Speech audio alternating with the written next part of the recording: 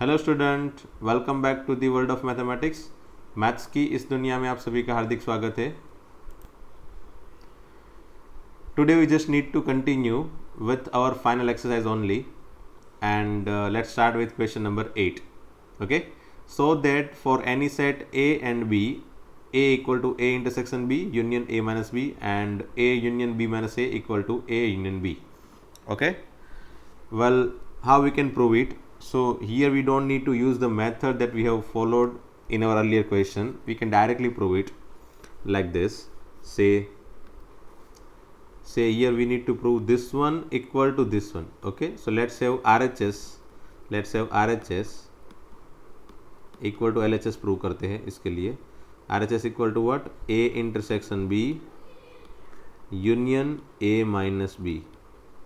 Okay, now let us simplify this so that we can easily use all the result like distribution law and so as you can see, A intersection B union A minus B equal to A intersection B union A minus B का formula हमको पता है A intersection B dash. Okay, B dash. Now अब मुझे ये पता है कि भाई डिस्ट्रीब्यूशन लॉ से अगर उल्टा चलते, मतलब अगर हमको डिस्ट्रीब्यूशन लॉ में उल्टा फॉर्मूला लगाना पड़े तो क्या लगाते थे, याद है ना? जैसे A intersection B union C हो तो हम डिस्ट्रीब्यूट करते हैं A इंटरसेक्शन को बाय दिस वे, है ना? A union B A intersection B A intersection C like this. मतलब ये चीज़ को हम दोनों साइड दे देते हैं, फिर B एंड C लिख देते हैं। तो ये क्या हमने किया, डिस्ट्रीब्यूशन। डेफिनेटली यहाँ से भी हम उल्टा चल सकते हैं ना, यहाँ पे यूनियन आएगा, लेकिन यहाँ से भी उल्टा चल सकते हैं। अगर ये दोनों चीज़ कॉमन है तो उसको कॉमन निकाल लो। जैसे यहाँ पे ये दोनों चीज़ कॉमन है, A इंटरसेक्शन कॉमन है, then what we can write here A intersection. अब जो बचा क्या, तो बचा यहाँ पे B, यहाँ पे क्या बचा B, और यहाँ पे क्या बचा B dash. Then write it B union B dash, है ना? B union B dash. जो अंदर था ब्रैकेट के अंदर वो बाहर निकल गया, एंड जो ब्रैकेट के बाहर है यूनियन वो अंदर चला गया ब्रैकेट के। ठीक है ना? By this way also we can remember this kind of things. Okay, so side में बस वही रीज़न लिख दिया हमने, बराबर। A intersection B union C का फॉर्मूला। नाउ ये हमको पता है कि भाई B यूनियन B डैश क्या होता है भाई, डेफिनेटली U, है ना? उसको भी एज अ रीज़न लिख देते हैं साइड में। मेरे ख्याल से ये फॉर्मूला हमने ऑलरेडी पढ़ लिया है आगे चैप्टर में, कि कोई भी सेट और उसका डैश वो दोनों का यूनियन करेंगे डेफिनेटली टोटल U आ जाता है ना? अगर याद करवाना चाहूँ तो समझ लो ये B है सेट और ये B डैश है, डेफिनेटली B के सिवा। तो दोनों का अगर यूनियन लेते हैं, ये B है और ये B डैश, दोनों का अगर यूनियन लेते हैं देन क्या बन जाएगा, totally U। Okay, so by this way we can write B union B dash equal to U। Now A intersection A intersection universal set is what, only A। ये तो हमको पता है। कैसे? कोई भी सेट एंड यूनिवर्सल सेट दोनों का अगर कॉमन एलिमेंट लिया जाए तो क्या आएगा, समझ लो ये A है, बराबर, एंड समझ लो ये U है, this is U। if I want to find the common element between A and U, then which one I get? Definitely I can get as an answer A। ये पूरा A जो है वो common आ जाएगा। देखो दोनों area ये है, so that's why A intersection union universal set is always A, है ना? ये डेफिनेटली हम डायरेक्टली पता कर सकते हैं। We don't need to draw this Venn diagram at each and every time, है ना? हम याद डायरेक्टली भी रख सकते हैं या माइंड के अंदर भी ये वेन डायग्राम सोच के लिख सकते हैं। ठीक है, तो ये हो गया अपना RHS, है ना? दिस वन इक्वल टू ये RHS इक्वल टू ये हो गया LHS। हैंस प्रूव्ड, है ना? Hence proved. और यहाँ पे भी अब रीज़न एक बार साइड में लिख लो, ताकि रीज़न वगैरह दिखाना अच्छी बात है, गुड प्रैक्टिस के लिए, है ना? रीज़न वगैरह दिखाओगे then it will make your impression up. Exam में डेफिनेटली आपकी इम्प्रेशन ज़्यादा आगे बढ़ाएगा कि हाँ भाई ये बंदे को, ये स्टूडेंट को सब कुछ पता है, कैसे लिखना है वो एटलीस्ट पता है। ठीक है, तो चलो ये तो हुआ पहला proof. Now let's prove this one. ये सेकंड वाले को भी प्रूव करते हैं, तो इसमें LHS से चलते हैं, RHS प्रूव करते हैं। ठीक है, A union B minus A। Okay, LHS equal to A union B minus A। Now B minus A can be written as what, B intersection A dash. उसका रीजन बाजू में लिख लो, एज अ रीज़न क्या होता है, B minus A equal to B intersection A dash. Okay, ठीक है, चलो नाउ अप्लाई डिस्ट्रीब्यूशन लो, है ना। इसमें डिस्ट्रीब्यूशन लो लगाना है डायरेक्ट सीक्वेंस से, मतलब ये ए यूनियन को हम दोनों में देंगे, A union B, A union A dash, ठीक है। और ये ब्रैकेट दे दिया दोनों को, और जो अंदर ब्रैकेट था इंटरसेक्शन वाला वो बाहर ले लिया, ठीक है। Now this is equal to A union B intersection. अब ये हमको पता है कि भाई A union A dash, again जो आगे यूज़ किया था, कोई भी सेट और उसका कॉम्प्लीमेंट, वो दोनों का यूनियन क्या होता है भाई, total you. Okay, and again कोई भी सेट एंड यूनिवर्सल सेट, वो दोनों का कॉमन एलिमेंट क्या आएगा, वो सेट इटसेल्फ, है ना। Any set if it is common with universal set then definitely it is having answer A, है ना। तो ये हमको रीजन में लिखना पड़ेगा यहाँ पे। Okay, for any set A intersection universal set equal to A, and यहाँ पे भी एक रीजन लिख लो भाई कि भाई A union A dash equal to definitely U, universal set. Okay, so by that way we can easily find the answer. As you can see, this is our RHS, A union B. Okay,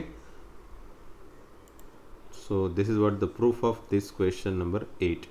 Okay, दोनों के proof बहुत ही easily बन जाएंगे इसमें, we don't need to worry about other method, है ना। इसमें दूसरी मेथड भी है बट वो ज़्यादा से ज़्यादा कॉम्प्लिकेशन है, उसमें आपके माइंड को टोटली स्टक कर देगा वो, है ना। Definitely we should follow this technique so that we can easily get our answer.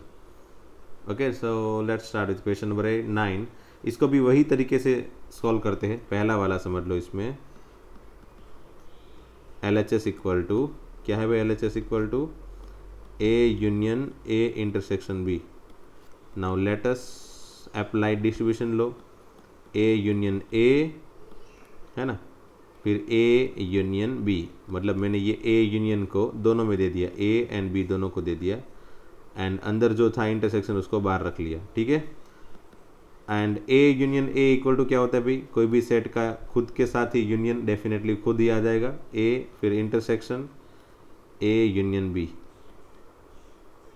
Okay, अब वापस फिर डिस्ट्रीब्यूशन लॉ मत लगाना। अब सोचो कि A and A union B में कॉमन क्या आएगा भाई, समझ लो कोई एक ये ए सेट है और ये ए यूनियन बी है, बराबर। A set and definitely A union B क्या आएगा भाई, ये वाला। तो उसमें कॉमन क्या आएगा, definitely A, so the answer is a. इसका आंसर क्या बन जाएगा भाई, ए, है ना। कोई भी सेट एंड उससे बड़ा सेट, डेफिनेटली उसका आंसर छोटा वाला सेट वही देगा, सो that is what your RHS, है ना। इसमें भी दिक्कत हो सकती है अगर दूसरी कोई टेक्निक यूज़ करोगे, ये सफिशिएंट है इसका प्रूफ, ऐसा भी दिखा सकते हो मतलब प्रूफ के हिसाब से। देन सेकंड वन बाजू में लिख लेते हैं, let's say LHS equal to A intersection A union B. तो इसको हम उल्टा लिखेंगे फिर, again A intersection A union A intersection B. पहले हमने क्या यूज़ किया, डिस्ट्रीब्यूशन लो। Now A intersection A equal to A होता है union A intersection B.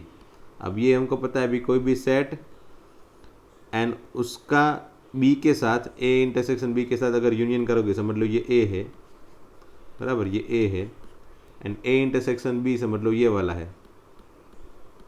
Okay, अब दोनों का यूनियन क्या होगा, डेफिनेटली उस दोनों का यूनियन तो खुद ए ही आएगा, क्योंकि ए इंटरसेक्शन बी तो छोटा सेट है, ए के अंदर वाला कोई सेट छोटा सा, उसका ए के साथ यूनियन तो ए खुद ही आ जाएगा। So that is what our answer, that's what your RHS। Okay, now let's move to question number 10। So that A intersection B equal to A intersection C need not imply B equal to C. मतलब ये जो है ना, अगर ये है तो this one is not necessary, या फिर इट इज़ फॉल्स, है ना। मतलब इस चीज़ को फॉल्स प्रूव करना है मुझे। क्या फॉल्स प्रूव करना है भाई, A intersection B equal to A intersection C implies B equal to C. ये फॉल्स है, ऐसा प्रूव करना है। ओके, अच्छा, फॉल्स प्रूव करने के लिए तो ठीक है, कोई एक आध सिंपल सा एग्जांपल भी काफ़ी है। मैंने बहुत बार बताया अभी, फॉल्स प्रूव करना है that is very easy to prove using examples. है ना। एक आध भी एग्जाम्पल अगर फॉल्स बना देता है कोई स्टेटमेंट को, then definitely that statement is completely false. लेकिन ट्रू प्रूव करने के लिए क्या होता है, कोई एक आध एग्जाम्पल से आप ट्रू प्रूव करते हो, then it is not necessary to be true for every each and every condition. That's why true prove करने के लिए हम एग्जाम्पल नहीं ले सकते, है ना। So let's use one example to prove this statement as false. Okay, let's say a equal to कोई भी सेट ले लेते हैं, सपोज 0 1 2, ठीक है, 0 1 2 ले लेते हैं। Then b equal to a intersection b में कुछ एलिमेंट आने चाहिए, a इंटरसेक्शन c भी सिमिलर आना चाहिए। से b इक्वल टू ले लेते हैं 2 3 4, okay 2 3 4, and c equal to लेते हैं हम a intersection b, a intersection से 2 5 6 लाइक दिस, ये ले लेते हैं, ठीक है। Now as you can see, if I am finding a intersection b here, a intersection b क्या आएगा भाई, a एंड b में दोनों में कॉमन क्या है भाई, 2 है ना। देन a इंटरसेक्शन c क्या है भाई,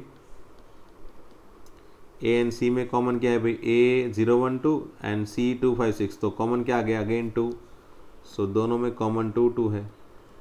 सो हियर, यहाँ पे now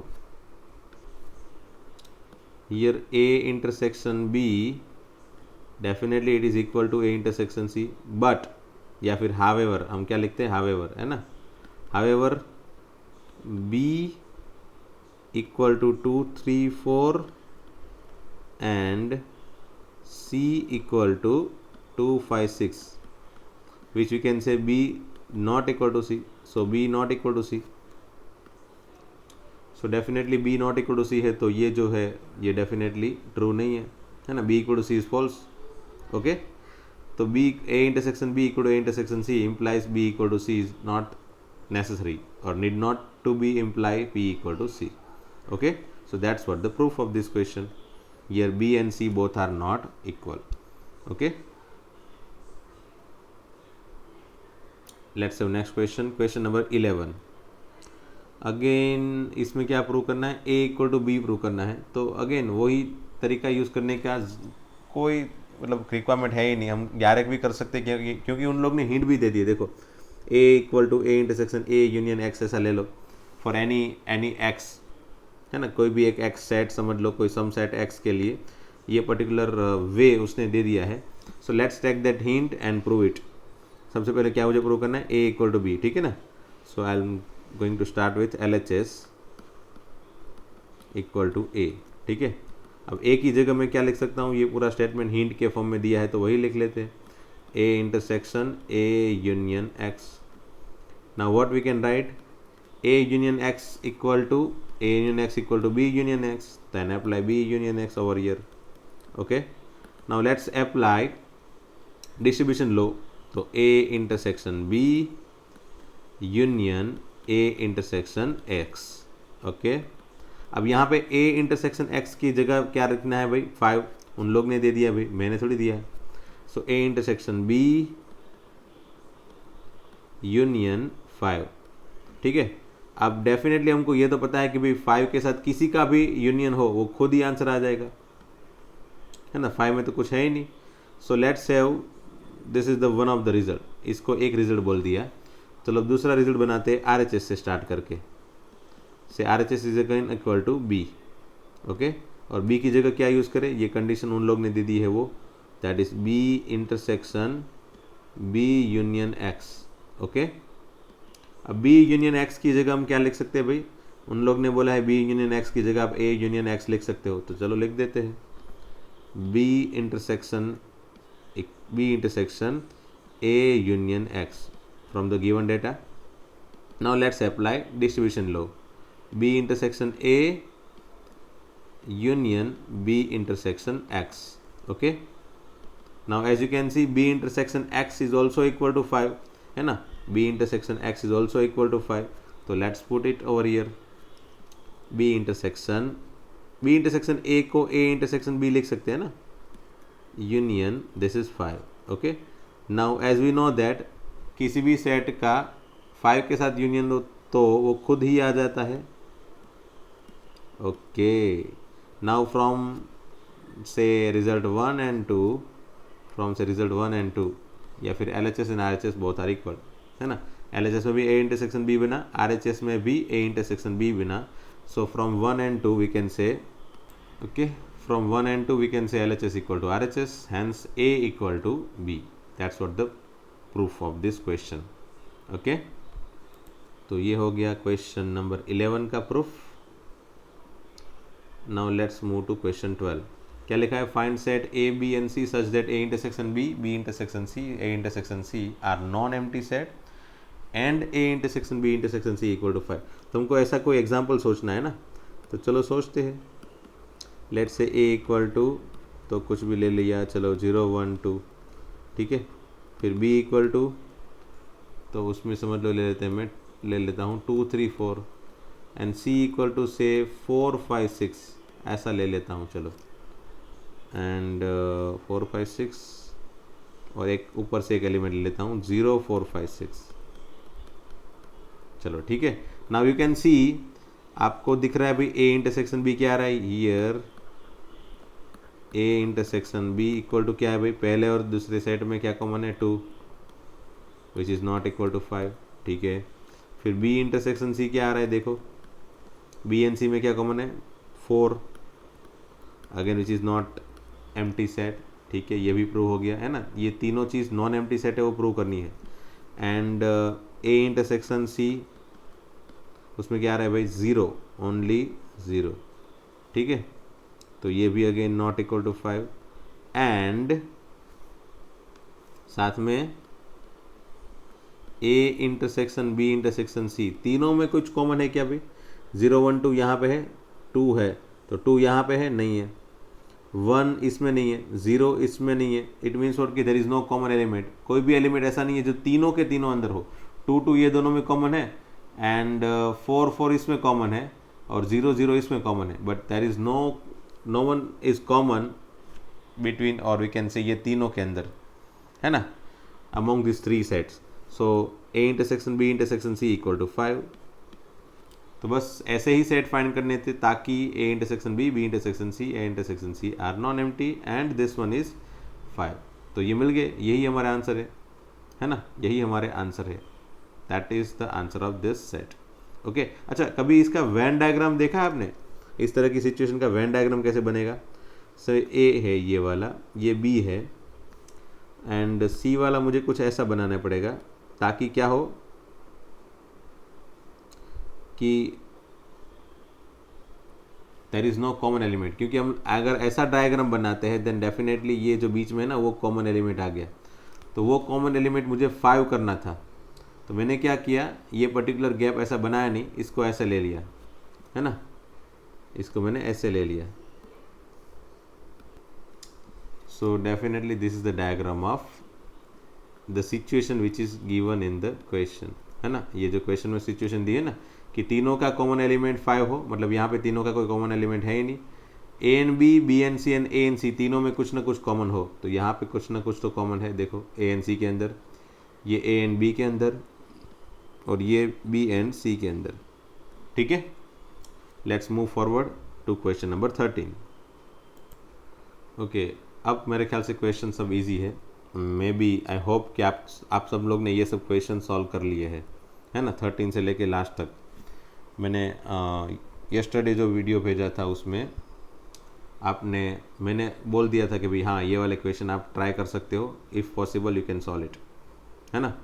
so let's just, I need to give the verification, I just need to give the solution for the verification of your solution, है ना. आप लोग ने जो सॉल्यूशन किया है उसका वेरिफिकेशन करने के लिए ही ये मैं क्वेश्चन सॉल्व करवा रहा हूँ, ठीक है.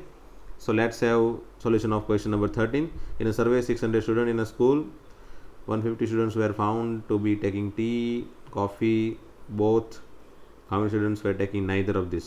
मतलब so this data are given, है ना. टोटल 600 लोग हैं, टी वाले 150, कॉफ़ी वाले 225, common 100 and neither tea nor coffee, ऐसे वाले कितने पर्सन है ये पूछा है.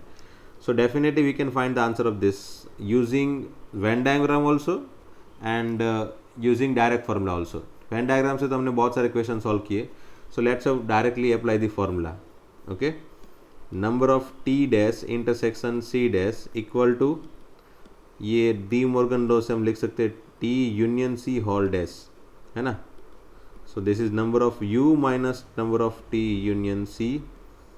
नाउ नंबर ऑफ U कितना है 600, और इसका फॉर्मूला क्या है भाई, number of T plus number of C minus number of T intersection C. Okay, now just put the value.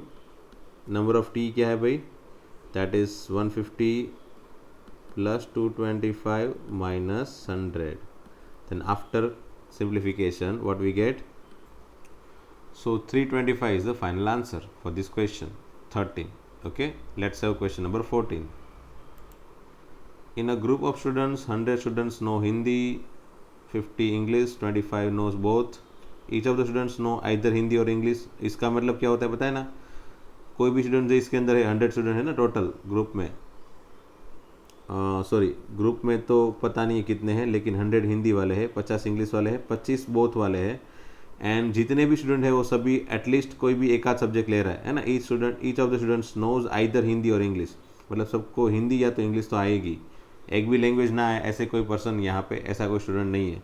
मतलब नंबर ऑफ यू, इसका सिंपल मीनिंग होता है number of U equal to number of A union B. ठीक है, अब पूछा क्या है, how many students are there in a group. Group में कितने लोग हैं, मतलब नंबर ऑफ यू पूछा है, एंड नंबर ऑफ यू अगर पूछा है तो डेफिनेटली हम number of A union B find करेंगे, है ना. ये वाली चीज़ फाइंड कर लेंगे, definitely we can get the answer of number of U. Okay, so these are the data which is given in the question. Number of A मतलब हिंदी वाले मैंने ए रखे हैं, इंग्लिश वाले को बी रखा है. Number of A 100, number of B 50, and A intersection B 25. And what we need to prove here is, what we need to find is number of u. So number of u which is also equal to number of a union b. अब number of a union b का formula क्या है, number of a plus number of b minus number of a intersection b. So number of a क्या है 100 plus 50 minus 25 which is 125, and this is your final answer. Okay, let's have question number 15. In a survey of 60 people, it was found 25 people read newspaper H. मतलब total 60 people है, so what we can write here, number of u equal to 60 people. Then number of a मतलब यहाँ पे H ले लेते हैं, number of H Hindi वाले H ले लेते हैं, that is 25. So these are the data which is given in the question. मैंने H, T and I के फॉर्म में सबके डाटा लिख लिए हैं, कॉमन डेटा, एंड तीनों का कॉमन डेटा भी मैंने क्वेश्चन में से लिख लिया है. ठीक है, now what I need to find is the number of people who read at least one of the newspaper. अब थोड़ा याद हो तो मैंने बताया था एटलीस्ट वन जब भी दिया हो और वो फाइंड करना हो तो एटलीस्ट वन ऑफ ए और बी, यहाँ पे एटलीस्ट वन ऑफ ए और बी और C, and replace A B with H T I. तो एटलीस्ट एच और टी और आई, और है सॉरी, और मतलब यूनियन और है, this we need to find, है ना, ये चीज़ फाइंड करनी है. एंड दूसरा क्या फाइंड करना है, the number of people who read exactly one newspaper. सिर्फ एक न्यूज़पेपर पढ़ने वाले स्टूडेंट्स चाहिए मुझे. सो नंबर ऑफ पर्सन और स्टूडेंट और पीपल एग्जैक्टली वन, है ना, एग्जैक्टली वन लिख देता हूँ मैं यहाँ पे. उसका फॉर्मूला मुझे क्रिएट करके फिर फाइंड करना पड़ेगा.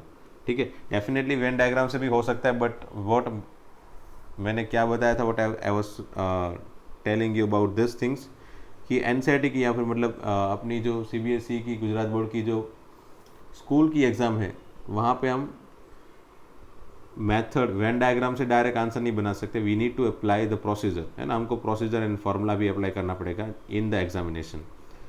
सो better we need to know all the formulas of question. Along with that, we should have to know the other method, that is Venn diagram, है ना, to solve some competitive examinations. Okay, so let's find first a H union T union E, union I, मतलब first question का answer बनाते हैं पहले. Number of H union T union I, और इसका formula क्या पता है ना आपको, number of H plus number of T plus number of I minus, बस ये फॉर्मूला अप्लाई करो and just put the value of this all, that is 25, 26, 26, 9, 11, 8, 3. So by putting all the value we get this one and the answer of this is 52. So पहले वाले question का answer आ गया, at least one of H T और I, that is number of H union T union I का answer है 52. Now second one, दूसरा क्या है भाई, एग्जैक्टली वन के लिए. अब एग्जैक्टली वन के लिए मुझे पहले फॉर्मूला बनाना पड़ेगा.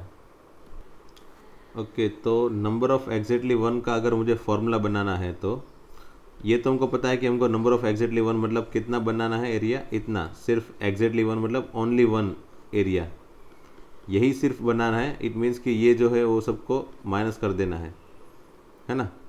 तो हम एक काम ये कर सकते हैं, तो सिर्फ ये जो ब्लैक एरिया है वो अगर फाइंड करना है तो फिर क्या करते हैं, हम टोटल फाइंड किया, टोटल तो वैसे हमने फाइंड कर लिया, number of H union T union I बराबर, वो तो तीनों का यूनियन है, उसमें से ये बीच वाला एरिया माइनस कर दे. तो अब बीच वाले एरिया में से भी मुझे स्पेशली इसके बारे में पता है, किसके बारे में, इसके बारे में, यहाँ पे जो है ना उसके बारे में मुझे पता है कि भाई ये जो है वो क्या है. तो स्पेशली ये जो है वो, ये जो स्पेशल एरिया है उसका हमने फार्मूला ऑलरेडी बना दिया था. उसका फार्मूला क्या था, तो चलो मैं उसका फार्मूला पहले लिख लेता हूँ. Number of A intersection B plus number of B intersection C plus number of A intersection C minus 3 number of A intersection B intersection C, है ना. ये फार्मूला किसका है भाई, ये तीनों जो मैंने डबल हैचिंग किया वो, उसमें ये बीच वाला ऐड कर दूँ तो मतलब ये भी बीच वाला तीनों का कॉमन भी ऐड कर दूँ तो plus number of A intersection B intersection C, है ना.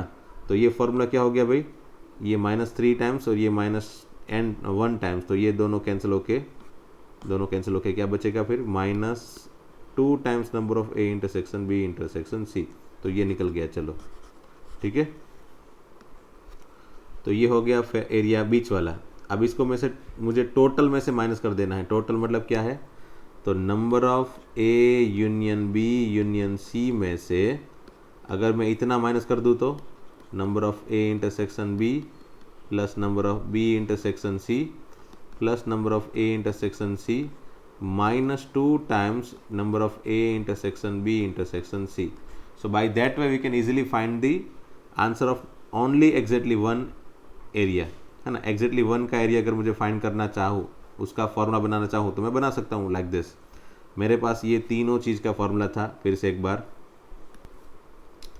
मेरे पास ये तीनों चीज़ का फॉर्मूला था, है ना. ये तीनों का एरिया का फॉर्मूला था, फिर मैंने इसको ऐड कर दिया, है ना, ये वाली चीज़ को ऐड कर दिया यहाँ पे. इस चीज़ का फॉर्मूला क्या था, number of A intersection B plus number of B intersection C plus number of A intersection C -3 times number of A intersection B था बराबर. उसमें मैंने ये एक बार ऐड कर लिया, number of A intersection B intersection C. So -3 + 1 that become -2 times number of A intersection B intersection C. Okay, अब मेरे पास जो आंसर आया ये पूरा आ गया, ठीक है. अब मैंने क्या किया, total A union B union C जो था उसमें से, टोटल में से मैंने ये जो फार्मूला बना हैचिंग वाला फार्मूला वो माइनस कर लिया. डेफिनेटली वो माइनस करने पे जो भी अब ये फार्मूला बना वो किसका बना, that is specially the answer of this one, है ना. ये तीनों चीज़ का आंसर है. बस तो अब वैल्यू रखनी है. Number of A union B union C तो हमने ऑलरेडी फाइंड कर लिया, that is 52 minus A intersection B का आंसर है 9, 11, 12, 11, 8 -2 टाइम्स तीनों का कॉमन. और अच्छा हाँ, एक चीज़ और, यहाँ पे मैंने सिंबल HTI रखा है, तो आप बस, मेरी रिक्वेस्ट है कि बस ABC की जगह HTI लिख लेना, ठीक है. बस ABC की जगह आप HTI लिख लेना एंड देन आपको आंसर लिखना है, ताकि आपने जो पहले सिंबल दिया है वो बार बार चेंज ना हो. Now 52 -9 + 11 20 + 8 28 -6 which is 22 and 52 - 22 is 30. So your answer is 30. खत्म, है ना. अब last question. Okay, in question number 16 in survey it was found it that 21 people like product A, number of A 21, number of B 26, number of C 29, common element भी दिए हैं and तीनों का common element भी दिया है. Now what I need to find is the product how many like product C only. अच्छा, only C वाले मतलब ये हैचिंग एरिया, ओनली सी वाला ही फाइंड करना है. अब इसका फॉर्मूला कैसे बनाए? Definitely we can use Venn diagram, but Venn diagram से आंसर बनाना ईजी है, बट वो हम यूज़ नहीं कर सकते ना. हमको अगर पेपर में लिखना है तो वेन डायग्राम डायरेक्ट नहीं लिख सकते अगर वो MCQ नहीं है. तो MCQ है तो definitely we need to use Venn diagram, but if it is not MCQ we should have to follow one procedure या फिर कोई फार्मूला फॉलो करना पड़ेगा. अब फार्मूला कैसे बनाए वो एक चीज़ ज़रूरी है. अब इसका फार्मूला बनाने का तरीका तो वैसे भी मैंने बहुत बार बताया है, तरीका कैसे यूज़ करना है. Let's use that same method to create the formula of only C. Okay, number of only C का फार्मूला क्रिएट करना है. तो सबसे पहले मैं क्या करूँगा, नंबर ऑफ सी लिख लेता हूँ यहाँ पे, नंबर ऑफ सी. ठीक है, नंबर ऑफ सी लूँगा तो डेफिनेटली ये चारों के चारों एरिया इंडिपेंडेंटली आ जाएगा, है ना. ये चारों के चारों एरिया इंडिपेंडेंटली कम्स. नाउ मुझे क्या चाहिए, मुझे सिर्फ ये वाला चाहिए ना. तो मैं ये क्या करूँगा, ये तीनों को सब्ट्रैक्ट कर लूँगा. अब डेफिनेटली इसका डायरेक्ट मुझे पता नहीं है आंसर, तो मैं क्या किया, ये दोनों को एक साथ में सब्ट्रैक्ट किया. तो अगर मैं यहाँ पे A इंटरसेक्शन C सब्ट्रैक्ट करता हूँ, क्या करता हूँ, A इंटरसेक्शन C सब्ट्रैक्ट करूँगा तो मतलब ये दोनों डॉट निकल जाएंगे. तो जो निकल रहा है उसको मैं क्रॉस कर देता हूँ, इसको मैंने क्रॉस कर दिया. ठीक है, ओके. अब बचा ये, इसको ही सिर्फ निकालना बाकी है. अब मैं समझ लो ओनली इसका एरिया तो निकाल नहीं सकता, तो मैं क्या करूँगा, B इंटरसेक्शन C निकाल रहा हूँ. अगर मैं B इंटरसेक्शन C निकालूंगा तो ये निकल गया और साथ में यहाँ पे एक और बार निकल गया, है ना. ये एरिया एक और बार निकल गया, जो निकलना चाहिए नहीं था, तो एक और बार निकल गया. तो मैंने क्या किया, इसको ऐड कर लिया, है ना. क्या किया मैंने, पहले B इंटरसेक्शन C सब्ट्रैक्ट किया, B इंटरसेक्शन C सब्ट्रैक्ट किया, तब ये क्रॉस और यहाँ पे एक होल क्रिएट हुआ. मतलब यहाँ पे कुछ था ही नहीं, तो फिर मैं किसको कैंसिल करूँ, तो वहाँ पे एक होल क्रिएट हो गया, है ना. क्या किया मैंने, B इंटरसेक्शन C को पहले सब्ट्रैक्ट किया, और ऐसा करने से यहाँ पे एक होल क्रिएट हुआ. वहाँ पे फिर मुझे एक और A intersection B intersection C डालने की ज़रूरत पड़ेगी, है ना. यहाँ पे था ही नहीं, तो फिर भी मैंने कैंसिल कर दिया. तो definitely what I need to do, मैंने कैंसिल किया तो फिर मुझे वापस ऐड करना पड़ेगा. तो फिर मैंने उसको ऐड कर लिया, किसको, number of A intersection B intersection C को. अगर समझ में आया तो अच्छी बात है, otherwise you just need to mug up it. आपको मगअप करना भी मैं एडवाइस दे सकता हूँ, है ना, क्योंकि इससे कोई दूसरा तरीका है नहीं जिससे आप आराम से बना सको. हाँ, दूसरे तीसरे तरीके हैं, लेकिन वो फिर लेंथी हो जाएंगे ज़्यादा. So better we can get the formula by using this method, है ना. इसमें हम किसी भी वेन डायग्राम में कोई भी एरिया, पर्टिकुलर एरिया का फॉर्मूला बना सकते हैं ये वाली पर्टिकुलर मेथड से, है ना. Now let's just put all the value from the given data and we get our answer. Let's put it. ठीक है, by putting all the value from the given data we get this one, and now if we subtract it on addition, add it, what we get as an answer, 29 minus 26, which is 3 plus 8, it is 11. So final answer is 11. Okay, and इसी के साथ हमारी exercise भी खत्म हो गई. So this is what last question of the exercise, as well as I can say the chapter 1, है ना. chapter 1 का last question हो गया ये. ओके, आई होप ये चैप्टर में और कोई दिक्कत नहीं होगी. I have covered each and every things precisely, and सभी चीज़ों को मैंने कोशिश की है ताकि इस तरह से समझाने की ताकि आपको एग्जैक्टली पता चले. फिर भी अगर आपको किसी भी तरह का डाउट रहे then definitely you can ask me any time. Okay, let's meet once again with some difficult question, some other type of question in another videos. ओके, तब तक के लिए थैंक यू वेरी मच दोस्तों. मिलते हैं फिर नेक्स्ट लेक्चर में.